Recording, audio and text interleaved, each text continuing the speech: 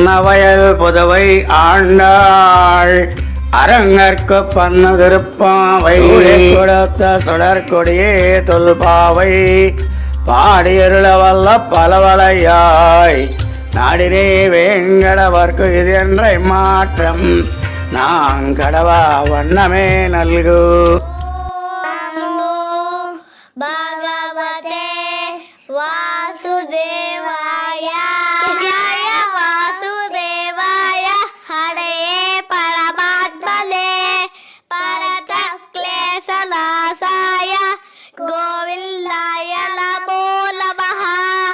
అన్న అసలు గోదాదేవుడు ఎవరంటే విష్ణు చిత్రవాడి కూతురు. మాఘే మాసం అంటే ఏంటి? మార్గలి అంటే మామని అడుగుదాం. సరే మామ, మాకు డౌట్ ఉంది. కూర్చోండి. మామ, మార్గలి మాసం అంటే ఏంటి? మార్గళి మాసము అంటే ధనుర్మాసం అని కూడా అంటారు.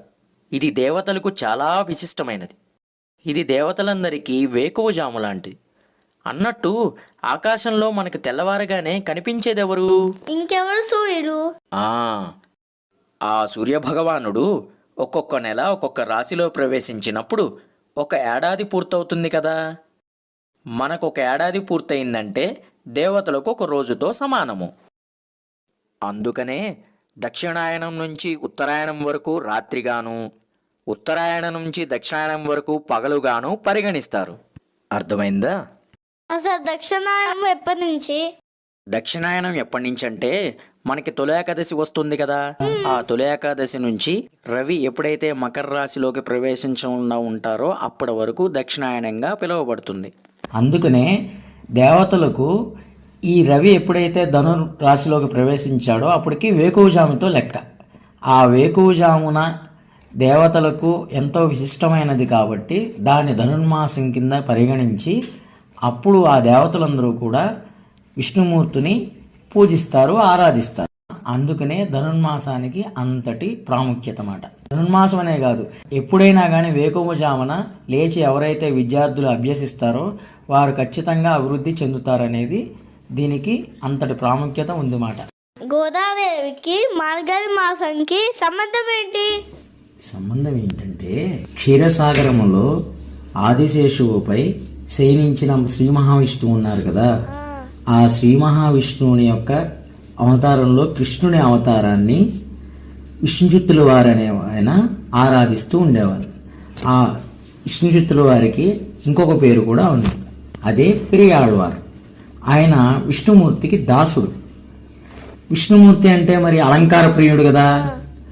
ఆ అలంకార ప్రియునికి కైంకర్యం కోసంగా విష్ణుచిత్తుల వారు ఒకానొక రోజు తులసి దళాలు సేకరణ కోసం పాదులు తీస్తూ ఉన్నప్పుడు అక్కడ ఆ పాదులు తీసే క్రమంలో ఒక పాప కనిపించింది. తల్లిదండ్రులు ఎవరూ కనిపించలేదు.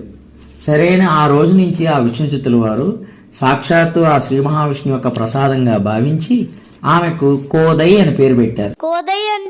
కోదై అంటే పూలమాల అని. ఆ క్రమేపీ ఆ పేరుని గోదాదేవి అని పిలుచుకుంటూ వచ్చాడు ఆయన. ఈమె చిన్నప్పటి నుంచి కూడా శ్రీ మహావిష్ణువు యొక్క ఆరాధనలో ఉండి శ్రీకృష్ణుడే తన భర్తగా భావించి యవన దశకు వచ్చేసరికి సాక్షాత్తు ఆ శ్రీకృష్ణ భగవానుడే ఆమె భర్తగా భావించి ఆయన పైన అపారమైన ప్రేమ భక్తి రెండూ అలవర్చుకుని ఆయన పైన సంకీర్తనలు అర్చనలు చేసుకుంటూ ఉండే.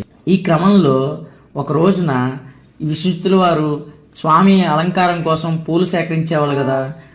తానే శ్రీకృష్ణుడుగా అనుకుని తన స్వామి గురించి తానే అనుకున్నట్టుగా ఆ పూలమాలను తాను ధరించి ఆమె కూడా చక్కగా ఆరాధిస్తూ ఉండేది. ఈ విషయం తెలియక విష్ణుచిత్తుల వారు ఆ పూలమాలనే స్వామివారికి కైంకర్యానికి పంపించినప్పుడు ఒకరోజు అక్కడ కేశములు కనిపించాయి. కేశములు అంటే జుట్టు. ఈ విషయాన్ని గమనించిన విష్ణుచిత్తుల వారు ఇన్నాళ్ళు ఎంతో అపరాధం చేశాను నేను అని చెప్పి ఎంతో పశ్చాత్తాపడుతూ ఉన్నప్పుడు ఆయనకి స్వప్నంలో సాక్షాత్తు కృష్ణ భగవానుడే సాక్షాత్కరించి లేదు గోదాదేవి నా ప్రియ భక్తురాలు, ఆమె సాక్షాత్తు భూదేవి యొక్క స్వరూపము అని చెప్పి స్వప్నంలో ఆయన సాక్షాత్కరించి చెప్పారు. అప్పటి నుంచి కూడా గోదాదేవి అవే మాలను ఇచ్చినా కూడా ఎంతో ప్రియంగా అక్కడ ఉన్న అర్చకులు కూడా స్వామికి శ్రీరంగనాథునికి అలంకరణ చేసేవారు.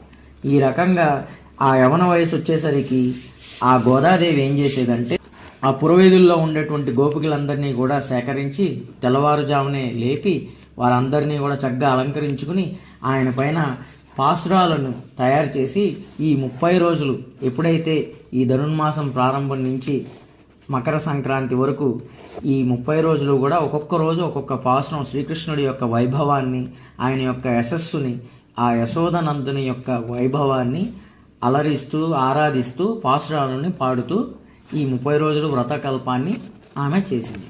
అందుకే గోదాదేవికి ఈ ధనుర్మాసానికి అంతటి విశిష్టత ఉంది.